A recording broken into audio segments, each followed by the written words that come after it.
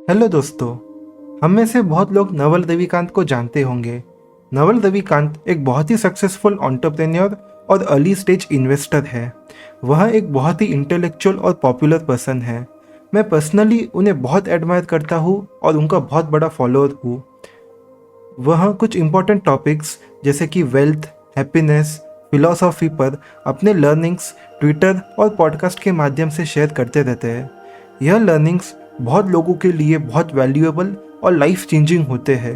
उनका ऐसा ही एक ट्वीट स्टॉर्म है, how to get rich without getting lucky, जिसमें उन्होंने अपने एंटरप्रेन्योरियल जर्नी से सीखे हुए वेल्थ क्रिएशन के कुछ बेसिक और फंडामेंटल प्रिंसिपल्स को एक्सप्लेन किया है। इसी पॉडकास्ट को और अच्छे से समझाने के लिए उन्होंने एक 3 घंटे का पॉडकास्ट भी किया था, जिसमें उन्होंने सभी पॉइंट्स को बहुत डिटेल में और अच्छी तरीके से एक्सप्लेन किया है। आज हम उस पॉडकास्ट से हमारी टॉप 4 लर्निंग्स आपके साथ शेयर करेंगे और उस पॉडकास्ट का क्रक्स आप तक बहुत कम समय में और आसान भाषा में पहुंचाने की कोशिश करेंगे। तो चलिए शुरू करते हैं। First, don't rent out your time, solve problems. अगर हम इमेजिन करें कि हम एक जादुई छड़ी घुमाते हैं और दुनिया में जितने भी लोग हैं उन्हें एक अच्छे सॉफ्टवेयर या हार्डवेयर इंजीनियर की नॉलेज आ जाती है, सब लोग प्रोग्रामिंग कर सकते हैं, रोबोट्स बना सकते हैं, तब आपको क्या लगता है कि दुनिया 10 सालों में कैसी हो जाएगी? नवल कहते हैं कि हम हमारे सभी कामों के लिए रोबोट्स बना देंगे। हमारे लिए खाना प्रोड्यूस करने से लेकर कार्स मैन्युफैक्चर करने तक रोबोट्स सब काम कर देंगे। हम सब एक मैसिव अबेंडेंस में जी रहे होंगे। हमारी सभी नीड्स रोबोट्स फुलफिल कर देंगे। तब कोई भी पर्सन अपनी नीड्स को पूरा करने के लिए काम नहीं करेगा, वो सिर्फ अपना इंटरेस्ट और पैशन पूरा करने के लिए काम करेगा। इस थॉट एक्सपेरिमेंट से हमें ये समझ में आता है कि हम इंसानों के पास रिसोर्सेस लिमिटेड नहीं है। अगर ऐसा होता तो हम अभी तक जंगलों में आदिवासी बनकर ही रह जाते। इस दुनिया में रिसोर्सेस हमेशा से ही सेम थे। हम इंसानों ने हमारी इंटेलिजेंस और हार्डवर्क से इन रिसोर्सेज की यूज़ की एफिशिएंसी को, क्षमता को बढ़ाया है और हमारी लाइफस्टाइल को अपग्रेड किया है। आज की एक मिडिल क्लास पर्सन की लाइफस्टाइल 200 साल पहले के राजाओं से बेटर है। 200 साल पहले राजाओं के पास कार्स नहीं थे, एंटीबायोटिक्स नहीं थे, इलेक्ट्रिसिटी नहीं थी, मोबाइल फ़ोन्स नहीं थे, और आज ये सब कुछ हम सभी लोगों के पास है। इसीलिए हम इंसानों को हमारे रिसोर्सेज के यूज़ की एफिशिएंसी को बढ़ाते रहना चाहिए, क्योंकि हम हमारी एफिशिएंसी जितनी बढ़ाएंगे हम हमारी लाइफस्टाइल उतनी ही अपग्रेड करते चले जाएंगे। और यह एफिशिएंसी बढ़ाने की प्रोसेस एकदम अच्छी तरीके से तभी चल सकती है जब इंडिविजुअल लोग ज़्यादा से ज़्यादा पैसे कमाए और उनकी ज़्यादा से ज़्यादा वेल्थ क्रिएट हो। इसे अच्छे से समझने के लिए हमें वेल्थ और मनी में का डिफरेंस समझना ज़रूरी है। वेल्थ ऐसी कोई भी एसेट है जिससे हमें इनकम आ रही है, लेकिन हमारी उस इनकम अर्न करने में कोई एक्टिव इन्वॉल्वमेंट नहीं है। वेल्थ आपकी कंपनीज में इन्वेस्टमेंट हो सकते हैं, कोई प्रॉपर्टी हो सकती है जिससे रेंट आ रहा हो, कोई बिजनेस हो सकता है जहां पर आपने मैनेजर्स अपॉइंट कर दिए और वो मैनेजर्स बिजनेस के day to day activities handle कर रहे हो, कोई सॉफ्टवेयर हो सकता है जिससे आपके पास सब्सक्रिप्शन फीस आ रही हो, कोई बुक या ऑनलाइन कोर्स हो सकता है। अगर हमें एक लाइन में वेल्थ को डिस्क्राइब करना है तो simply wealth is any asset that helps you make money while you sleep. दूसरी तरफ मनी एक इंस्ट्रूमेंट है जिससे हम वेल्थ को ट्रांसफ़र करते हैं। मनी एक IOU की तरह काम करता है। जैसे हम कोई बैंक लॉकर में कुछ वैल्यूएबल सामान रखते हैं तो हमें एक रिसिप्ट या डॉक्यूमेंट मिलता है जो ये प्रूव करता है कि इस लॉकर में सामान हमारा है। सिमिलरली मनी भी एक टाइप की रिसिप्ट है। आप जब किसी को कोई वैल्यू प्रोवाइड करते हो इन द फॉर्म ऑफ कोई प्रोडक्ट या सर्विस, तब वो आपको मनी देता है, विच इज़ द सिंबल कि आपने उस पर्सन को कुछ वैल्यू प्रोवाइड की है और वो आपको उतनी वैल्यू ओ करता है, उसको उतनी वैल्यू आपको वापस करनी है। बस मनी में एक इम्पॉर्टेंट प्रिंसिपल ये है कि मनी एक यूनिवर्सली एक्सेप्टेड IOU या रिसिप्ट है। मतलब मनी को हर कोई रिकग्नाइज करता है और उससे ट्रांजैक्शंस करने के लिए रेडी होता है। अगर हमें हमारे लिए वेल्थ क्रिएट करनी है तो हमें ये एक चीज़ बहुत अच्छे से समझनी पड़ेगी कि हम अपना टाइम सेल करके जो हम किसी जॉब में या एज ए प्रोफेशनल करते हैं कभी भी वेल्थ क्रिएट नहीं कर सकते। अगर हम वैल्यूएबल प्रोफेशनल्स जैसे कि लॉयर्स, डॉक्टर्स और सीएस को भी देखें जो बहुत ज़्यादा रिच है, उन्होंने अपना वेल्थ अपना एक ब्रांड बनाकर या फिर कोई प्रोसीजर या प्रोसेस बनाकर क्रिएट की है, ना कि अपना टाइम सेल करके। इसके 3 मेजर रीजंस हैं। फर्स्ट, आपके इनपुट्स और आपकी आउटपुट्स बहुत क्लोजली रिलेटेड है। आपको पैसे कमाने के लिए एक्टिवली इन्वॉल्व होना पड़ रहा है और हमारे पास टाइम लिमिटेड है। हमारी काम करने की और एफर्ट्स देने की कैपेसिटी भी लिमिटेड है। सेकेंडली, जब हम किसी के लिए काम करते हैं तब रिस्क कोई और ले रहा है, अकाउंटेबिलिटी कोई और ले रहा है, इंटेलेक्चुअल प्रॉपर्टी या ब्रांड नेम किसी और का है, तब वो पर्सन आपको उतने ही पैसे देगा जितने उसे देने पड़ रहे हैं। थर्डली, अगर आप अपना टाइम सेल कर रहे हो उसका मतलब मोस्ट प्रोबेबली ये होगा कि आप बहुत ज़्यादा कुछ यूनिक वैल्यू क्रिएट नहीं कर रहे हो। आप वही काम कर रहे हो जो कोई इक्वली क्वालिफाइड पर्सन कर सकता है, विच मीन्स आप रिप्लेसेबल हो। नवल कहते हैं कि राइट वे में वेल्थ क्रिएट करने के लिए 2 स्टेप्स हैं। पहले, जैसे कि हमने देखा, मनी एक IOU है जो एक पर्सन दूसरे को देता है कोई वैल्यू के बदले में। इसलिए पैसे कमाने का एक सिंपल सॉल्यूशन सामने आता है। आप कोई ऐसी प्रोडक्ट या सर्विस डिज़ाइन करो जिसकी सोसाइटी को नीड हो। इन अदर वर्ड्स, आप लोगों की प्रॉब्लम्स को सॉल्व करो जो प्रॉब्लम्स वो लोग खुद सॉल्व नहीं कर सकते। आपको कस्टमर्स की वो बर्निंग पॉइंट ढूंढ कर निकालना है जिसके सॉल्यूशन के लिए वो आपको पैसे देने के लिए 2 बार ना सोचे। अगर हमें टॉप 1% में आना है तो हमें ये सोचना चाहिए कि हम हमारे खुद के लिए कैसे वैल्यू क्रिएट कर सकते हैं। बट अगर हमें टॉप 0.1% में आना है तो आपको ये सोचना चाहिए कि आप लोगों के लिए क्या वैल्यू क्रिएट कर सकते हो। जब आपने कोई बड़ी प्रॉब्लम और उसका सॉल्यूशन ढूंढ लिया, फिर आपको ये सोचना चाहिए कि इस सॉल्यूशन को स्केल कैसे किया जाए और ज़्यादा से ज़्यादा लोगों तक कैसे पहुंचाया जाए। अगर आप किसी भी बिलियनियर एंटरप्रेन्योर को देखते हो तो उन्होंने सोसाइटी की कोई एक बड़ी प्रॉब्लम सॉल्व की है और हम लोगों को और ज़्यादा इफ़िशिएंट बनाया है। जैसे कि बिल गेट्स और स्टीव जॉब्स ने कंप्यूटर्स को घर घर तक पहुंचाया, हेनरी फोर्ड ने कार्स को हम आम लोगों के लिए अफोर्डेबल बनाया, अमेज़ॉन हमारी बहुत सारी प्रॉब्लम सॉल्व करता है जिसने जेफ बेजोस को वेल्दी बनाया। इस कैपिटलिस्ट सोसाइटी में जितनी वैल्यू लोगों के लिए आप क्रिएट करोगे, आप उतने ही वेल्दी बनते चले जाओगे। Skill sets required for wealth creation. Naval 4 ऐसे स्किल सेट्स की बात करते हैं जो आपको अपने वेल्थ क्रिएशन की जर्नी में बहुत यूज़फुल रहेंगे। स्पेसिफिक नॉलेज, लेवरेज, अकाउंटेबिलिटी और जजमेंट। ये पार्ट इस पॉडकास्ट का सबसे इम्पोर्टेंट और इंटरेस्टिंग पार्ट है।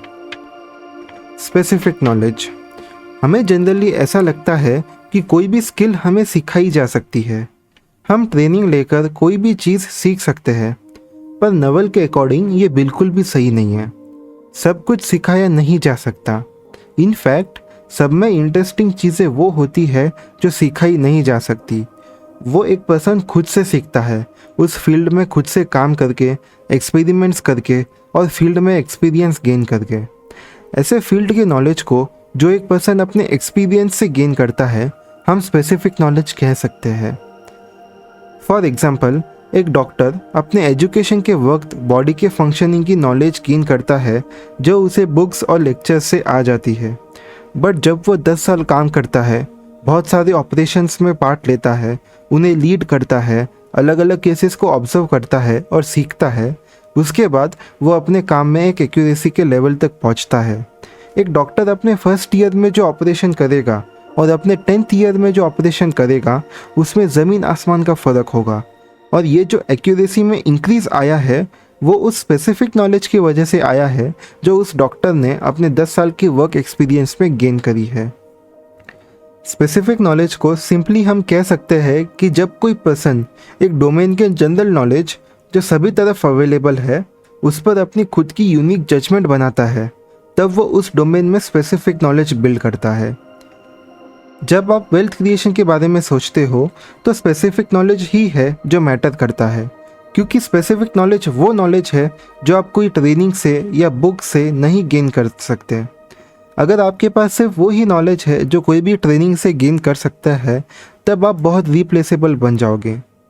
आपको एक बहुत अच्छी स्पेसिफिक नॉलेज बिल्ड करने के लिए उस डोमेन की बेसिक ट्रेनिंग तो लगेगी, बट जो नॉलेज के लिए आपको मैक्सिमम पैसे मिलेंगे वो आपकी स्पेसिफिक नॉलेज रहेगी। जनरली स्पेसिफिक नॉलेज में या तो बहुत ज़्यादा क्रिएटिव एलिमेंट होता है, नहीं तो बहुत ज़्यादा टेक्निकल एलिमेंट होता है। और स्पेसिफिक नॉलेज आपको अपने अंदर के टैलेंट को, अपनी जेन्युइन क्यूरियोसिटी को और अपने पैशन को फॉलो करने से ही मिलती है। स्पेसिफिक नॉलेज की दो टाइप्स होते हैं, टाइमली और टाइमलेस।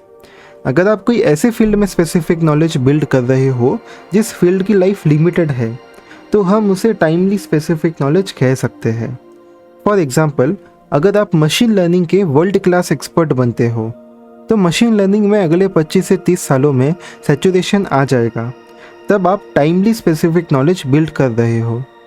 लेकिन जब आप कोई ऐसे स्किल में स्पेसिफिक नॉलेज बिल्ड कर रहे हो जिसकी लाइफ लिमिटेड नहीं है, वो स्किल्स आपको लाइफ लॉन्ग लगेगी, जैसे कि सेल्स, तब आप टाइमलेस स्पेसिफिक नॉलेज बिल्ड कर रहे हो। नवल कहते हैं कि जब आप टाइमलेस और टाइमली स्पेसिफिक नॉलेज का एक अच्छा कॉम्बिनेशन बनाते हो, जब आप कोई सेल्स जैसी जेनेरिक स्किल सेट को कोई एक स्पेसिफिक डोमेन में लेकर जाते हो, तब आप एक्सपोनेंशियली ग्रो करोगे। इसीलिए हमें हमारी डोमेन में हमेशा से एक स्पेसिफिक नॉलेज बिल्ड करने पर बहुत ज़्यादा फोकस करना चाहिए। लेवरेज ऐसा कोई भी टूल होता है जिससे हम हमारे एफर्ट्स को मल्टीप्लाई कर सकते हैं। फॉर एग्जाम्पल, एक कुल्हाड़ी एक लेबर के लिए लेवरेज का काम करती है, क्योंकि एक कुल्हाड़ी के साथ वो लेबर 100 गुना ज़्यादा आउटपुट निकाल सकता है इन कंपैरिजन टू बगैर कुल्हाड़ी के। इसका मतलब ये है कि वो कुल्हाड़ी उस लेबर के एफर्ट्स को मल्टीप्लाई करती है और इसीलिए वो कुल्हाड़ी उस लेबर के लिए लेवरेज है। वेल्थ क्रिएशन लेवरेज को यूज़ करे बगैर हो ही नहीं सकती। जो जितने अच्छे से लेवरेज को यूज़ करता है वो उतनी बड़ी फॉर्चून क्रिएट करता है। नवल लेवरेज को दो टाइप्स में डिवाइड करते हैं, ओल्ड लेवरेज और new leverage. Labour that is आपके लिए कितने लोग काम करते हैं, एक टाइप का लेवरेज है, क्योंकि आप अपने एम्प्लॉयज़ को अपना काम डिस्ट्रीब्यूट कर सकते हो और अपना आउटपुट बढ़ा सकते हो। यह सबसे पुराना लेवरेज है और हम लोग जनरली इसे बहुत अच्छे से समझते हैं। इसीलिए हम लोग जनरली कोई भी पर्सन की सक्सेस को मेजर करने के लिए ये देखते हैं कि उसके अंडर कितने लोग काम करते हैं। पर नवल कहते हैं कि लेबर सबसे वर्स्ट फॉर्म ऑफ लेवरेज है। लोगों को मैनेज करना बहुत डिफ़िकल्ट है और उसके लिए एक्सेप्शनल लीडरशिप स्किल्स चाहिए। आपको लेबर बेस्ड लेवरेज से दूर रहना चाहिए। आपको मिनिमम लोग ही रखने चाहिए जो बहुत ज़रूरी है, और दूसरे टाइप ऑफ लेवरेज को यूज़ करना चाहिए जो नवल कहते हैं कि बहुत ज़्यादा इंटरेस्टिंग और बेनिफिशियल है। कैपिटल एक दूसरा टाइप ऑफ लेवरेज है और एक बहुत पावरफुल फॉर्म ऑफ लेवरेज है। कैपिटल सिंपली वो पैसा है जो हम बिजनेस रन करने के लिए इन्वेस्ट करते हैं। कैपिटल को हम लेबर में कन्वर्ट कर सकते हैं, कोई कैपिटल गुड्स जैसे कि मशीन्स में कन्वर्ट कर सकते हैं, इंफ्रास्ट्रक्चर में कन्वर्ट कर सकते हैं और ऐसी बहुत सारी चीज़ों में कन्वर्ट कर सकते हैं। हम लोग कैपिटल को लेबर के कंपैरिजन में कम अच्छे से समझते हैं, क्योंकि capital as a form of leverage कुछ सेंचुरीज पहले ही इन्वेंट हुआ है, अनलाइक लेबर जो हम सदियों से यूज़ करते आ रहे हैं। कैपिटल पिछले सेंचुरी में एक डोमिनेंट फॉर्म ऑफ लेवरेज था जिसका यूज़ करके मेजॉरिटी लोगों ने अपना फॉर्चून क्रिएट किया। लेबर को स्केल अप करना बहुत मुश्किल हो जाता है, लेकिन कैपिटल को हम बहुत इजीली स्केल अप कर सकते हैं। लेकिन capital as a leverage use करने के लिए सबसे डिफ़िकल्ट पार्ट है कैपिटल को गेन करना। कैपिटल को गेन करने के लिए आपको अपने फील्ड में स्पेसिफिक नॉलेज और अकाउंटेबिलिटी चाहिए। Labour and capital old leverage का पार्ट बनते हैं।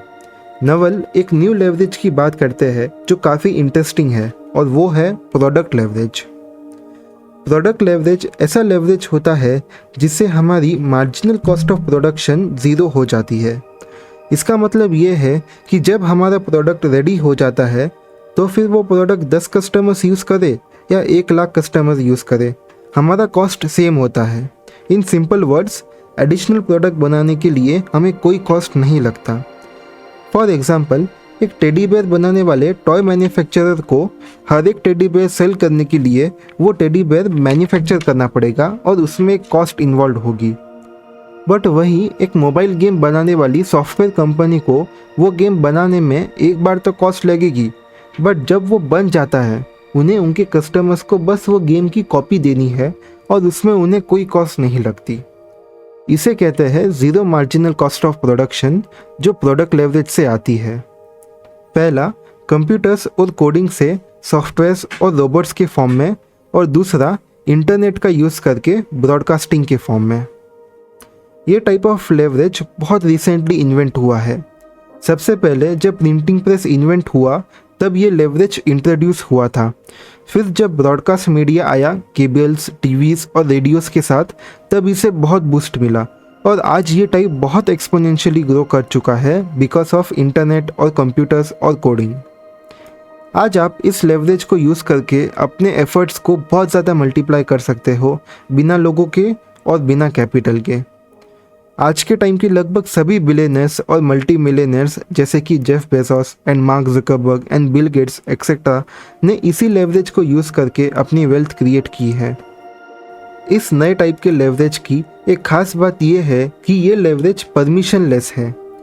जैसे लेबर को यूज़ करने के लिए किसी को आपको फॉलो करना पड़ेगा, कैपिटल को यूज़ करने के लिए किसी को आपको कैपिटल देना पड़ेगा, लेकिन इंटरनेट को यूज़ करने के लिए आपको किसी की ज़्यादा हेल्प नहीं चाहिए।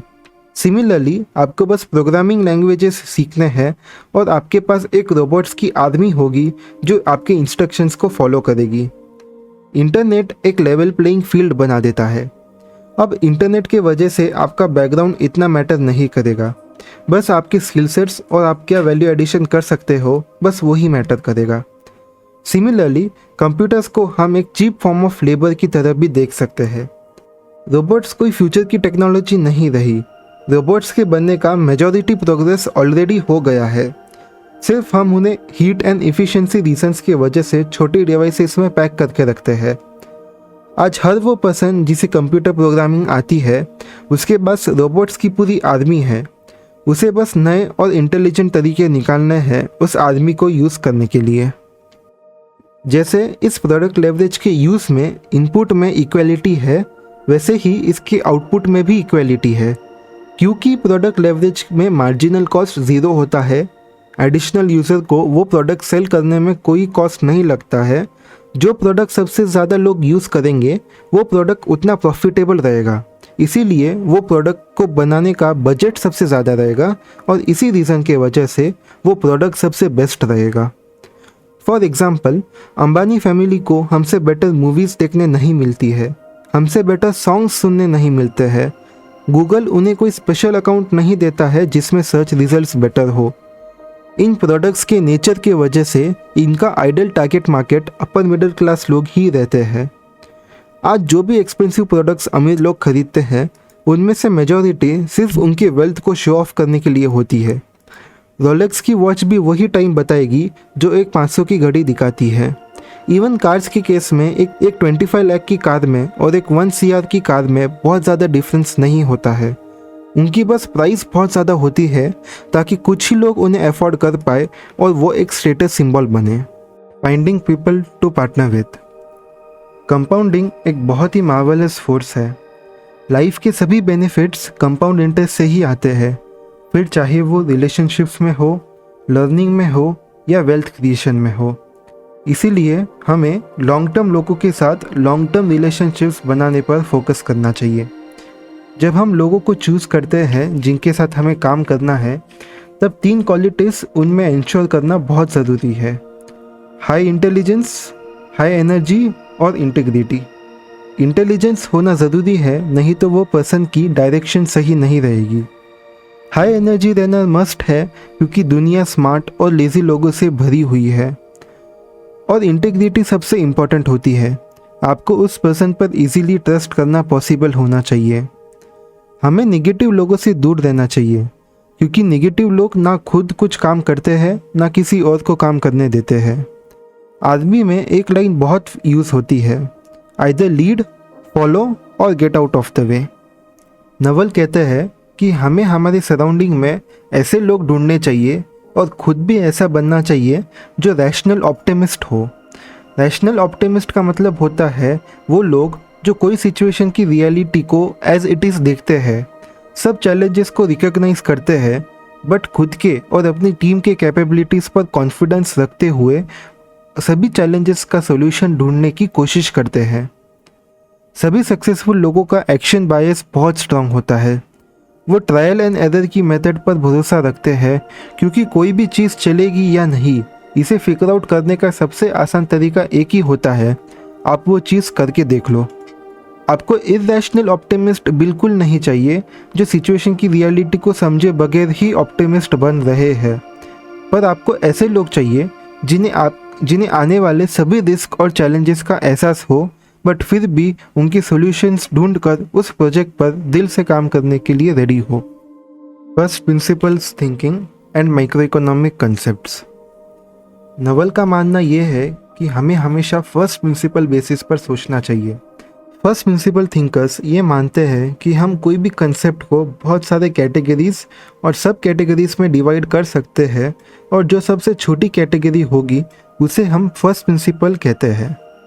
फर्स्ट प्रिंसिपल थिंकिंग में हम एक कंसेप्ट को बहुत सारे छोटे पार्ट्स में डिवाइड करते हैं और हर एक छोटे पार्ट को बहुत सारे वाई क्वेश्चंस पूछते हैं और उस कंसेप्ट के रूट कॉज तक, बेसिक प्रिंसिपल तक पहुंचने की कोशिश करते हैं। फॉर एग्जाम्पल, एक नॉर्मल थिंकर एक एप्पल ट्री को देखकर बोलेगा कि यह सिर्फ एक एप्पल प्रोड्यूस करने वाला चीज़ है, और यह सही भी है। बट लेकिन जब एक फर्स्ट प्रिंसिपल थिंकर इस एप्पल ट्री को देखेगा तो उसे जानना रहेगा कि ये एप्पल प्रोड्यूस कैसे हुआ। वो देखेगा कि वो फ्रूट एक ब्रांच से कनेक्टेड है और वह सभी ब्रांचेस उस पेड़ के ट्रंक से, सूंड से कनेक्टेड है, और उस पेड़ के रूट्स सब में इम्पॉर्टेंट और फंडामेंटल पार्ट्स है जो इस ट्रंक को क्रिएट कर रही है। इलॉन मस्क भी इस टाइप की थिंकिंग को बहुत प्रमोट करते हैं। डिस्क्रिप्शन बॉक्स में इलॉन मस्क के एक कन्वर्सेशन का लिंक ऐड किया है जहां पर वो फर्स्ट प्रिंसिपल थिंकिंग के बारे में बात करते हैं। वो कन्वर्सेशन आपको ज़रूर सुनना चाहिए। नवल का यह भी मानना है कि अगर हम माइक्रो इकोनॉमिक्स को अच्छे से स्टडी करें तब हम बहुत सारे कंसेप्ट्स के फर्स्ट प्रिंसिपल तक जा सकते हैं, और हमें माइक्रो इकोनॉमिक्स फर्स्ट प्रिंसिपल्स पर सोचना सिखाता है और उसकी आदत दिलाता है। एग्जाम्पल के लिए उन्होंने कुछ माइक्रो इकोनॉमिक्स के कंसेप्ट्स को डिस्कस किया है। First, price discrimination. Micro economics का एक इम्पॉर्टेंट और पॉपुलर कंसेप्ट है प्राइस डिस्क्रिमिनेशन। प्राइस डिस्क्रिमिनेशन का सिंपली मतलब ये है कि आप एक ही प्रोडक्ट के लिए अलग अलग लोगों से अलग अलग चार्ज कर रहे हो बेस्ड ऑन कि वो उस प्रोडक्ट पर कितना खर्च कर सकते हैं। आप देखोगे कि इस कंसेप्ट का बहुत से बिजनेसेस बहुत अच्छे से यूज़ करते हैं। सेम ही प्रोडक्ट में बिजनेसेस कुछ ऐसे एडिशन करते हैं जिसके लिए रिच लोग एक बहुत अच्छा प्रीमियम पे करने के लिए रेडी हो जाते हैं। फॉर एग्जाम्पल, फ्लाइट में बिजनेस क्लास के सीट्स लगभग 8 से 10 गुना ज़्यादा कॉस्टली होती है as compare to economy seats, but यह बिजनेस क्लास की सर्विस देने के लिए एयरलाइंस को मैक्सिमम 2 से 3 गुना ज़्यादा खर्चा लगता होगा कुछ एडिशनल फीचर्स जैसे कि ज़्यादा leg room, free drinks etcetera add करने के लिए। प्राइस डिस्क्रिमिनेशन बहुत अच्छे से इसलिए वर्क करता है क्योंकि आज दुनिया में वेल्थ इनइक्वालिटी बहुत ज़्यादा है। रिच लोग ज़्यादा पे करने के लिए रेडी है, बस आपको अपने प्रोडक्ट या सर्विस में कुछ ऐसा फीचर ऐड करना है जिससे आपके रिच कस्टमर्स अपना स्टेटस और मनी शो ऑफ कर पाए, या फिर जिससे उन्हें कुछ एडिशनल कंफर्ट मिले। अगर आप अपने प्रोडक्ट या सर्विस में कुछ ऐसी प्राइस डिस्क्रिमिनेशन की अपॉर्चुनिटी ढूंढ पाए तो वो आपके लिए बहुत प्रॉफिटेबल रहेगा। Second, scale economies and network effects. Scale economies तब बनते हैं जब आपकी प्रोडक्ट नंबर 15 की कॉस्ट प्रोडक्ट नंबर 5 से कम हो। जब आप अपने बिजनेस में किसी तरह से स्केल इकोनॉमीज लाते हो तब ऑटोमेटिकली एक एंट्री बैरियर क्रिएट हो जाता है और कंपटीशन को हमसे दूर रखता है। इसी से रिलेटेड कंसेप्ट है नेटवर्क इफेक्ट्स। एक बहुत फेमस लॉ है मेटकल्फ्स लॉ, जो ये कहता है कि किसी भी नेटवर्क की वैल्यू उस नेटवर्क के नंबर ऑफ मेंबर्स के स्क्वायर से प्रोपोर्शनल है। इसका मतलब ये है कि कि अगर नेटवर्क ए में 10 लोग हैं और तो उसकी वैल्यू 100 होगी, लेकिन अगर नेटवर्क बी में 100 लोग हैं तो उसकी वैल्यू 1000 नहीं 10,000 होगी। इसे समझने के लिए एक बहुत सिंपल एग्जाम्पल है लैंग्वेज। सपोज एक सिटी में 100 लोग रहते हैं और उनमें से 60 लोगों को सिर्फ इंग्लिश आती है और 40 लोगों को सिर्फ हिंदी आती है। अब जब भी कोई नया पर्सन उस सिटी में आएगा तब वो इंग्लिश सीखना प्रेफर करेगा, ना कि हिंदी, और ऐसे करते करते थोड़े टाइम बाद इंग्लिश वहाँ की डोमिनेंट लैंग्वेज बन जाएगी। ऐसे जब भी कोई नया पर्सन वो सिटी में एंटर कर रहा है वो इंग्लिश को चूज़ करके इंग्लिश एज ए लैंग्वेज को ग्रो करने में कंट्रीब्यूट कर रहा है। यह नेटवर्क इफ़ेक्ट्स का कंसेप्ट बहुत पावरफुल है। अगर हम हमारे बिजनेस मॉडल में ये 3 concepts network effects, low marginal cost and scale economics को लेकर आ पाए तो हमें बहुत एक्सपोनेंशियल ग्रोथ मिलती है। और यह तीनों कंसेप्ट्स हमेशा साथ में ही चलती है। अगर हम प्रोडक्ट लेवरेज यूज़ कर रहे हैं और हमारी मार्जिनल कॉस्ट 0 या बहुत कम है तो आप ऑब्वियसली स्केल इकोनॉमीज अचीव कर पाओगे। फिर हम कुछ ऐसे हुक्स डिज़ाइन कर सकते हैं जिससे कंज्यूमर्स एक दूसरे के लिए वैल्यू एडिशन कर पाए और हम नेटवर्क इफ़ेक्ट्स का बेनिफिट उठा सकते हैं। आज के टाइम के बहुत सारे सक्सेसफुल बिजनेसेस इस नेटवर्क इफ़ेक्ट्स का बहुत ही बेहतरीन तरीके से यूज़ करते हैं। इसका सबसे बेस्ट एग्जाम्पल है सोशल नेटवर्किंग साइट्स जैसे फेसबुक और इंस्टाग्राम। जब आपके सारे फ्रेंड्स इंस्टाग्राम पर है तब कोई और प्लेटफॉर्म यूज़ करने का कोई सेंस नहीं बनता। जब सारे कस्टमर्स अमेज़ॉन पर शॉपिंग करेंगे तब सारे सेलर्स भी अमेज़ॉन पर ही सेल करने पर फोकस करेंगे और इससे और ज़्यादा कस्टमर्स अमेज़ॉन पर आएंगे। इस तरह से अगर हम नेटवर्क इफ़ेक्ट्स का सही से यूज़ करते हैं तो हम हमारे डोमेन में एक नेचुरल मोनोपोली क्रिएट कर सकते हैं। सो दोस्तों, ये हमारी एक छोटी सी कोशिश थी आप तक नवल के इस बहुत ही बढ़िया पॉडकास्ट से हमारे लर्निंग्स पहुंचाने की। अगर आपको ये वीडियो पसंद आया तो वीडियो को उन लोगों के साथ शेयर कीजिए जिन्हें आपको लगता है कि ये वीडियो हेल्पफुल रहेगी। लाइक कीजिए, सब्सक्राइब कीजिए और नीचे कमेंट में लिखिए I watch till the end and loved it, ताकि यूट्यूब यह वीडियो आप जैसे अच्छे लोगों तक पहुंचा सके। बहुत बहुत धन्यवाद दोस्तों, मिलते हैं अगली